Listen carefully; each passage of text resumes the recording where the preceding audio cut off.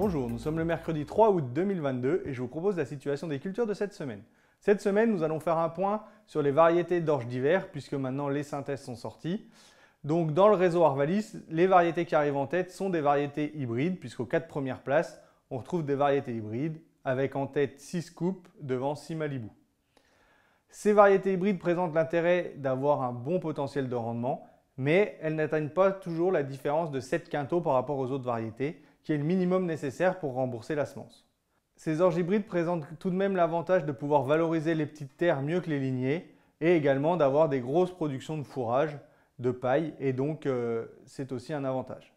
En ce qui concerne les variétés brassicoles, puisque c'est majoritairement les orges d'hiver qui sont cultivées dans le département, la référence qui est KWS Faro est décevante cette année, puisqu'elle est plutôt dans le dernier tiers du classement, au niveau de l'ancienne référence qui était Étincelle.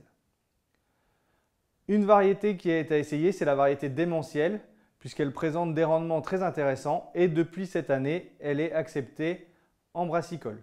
Donc un gros potentiel de rendement, puisque sur 3 ans, c'est une variété très régulière et qui est juste en dessous des hybrides en termes de potentiel de rendement. En ce qui concerne la variété Pixel, qui est cultivée depuis quelques années, elle garde un très bon niveau de rendement, donc c'est une valeur sûre.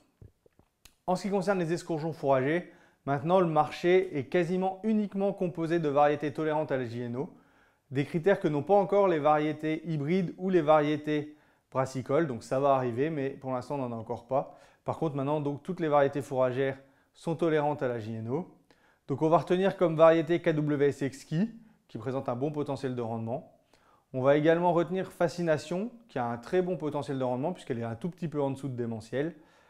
Et en plus, elle a l'avantage d'être plutôt tolérante aux maladies, puisqu'elle a un faible écart non traité.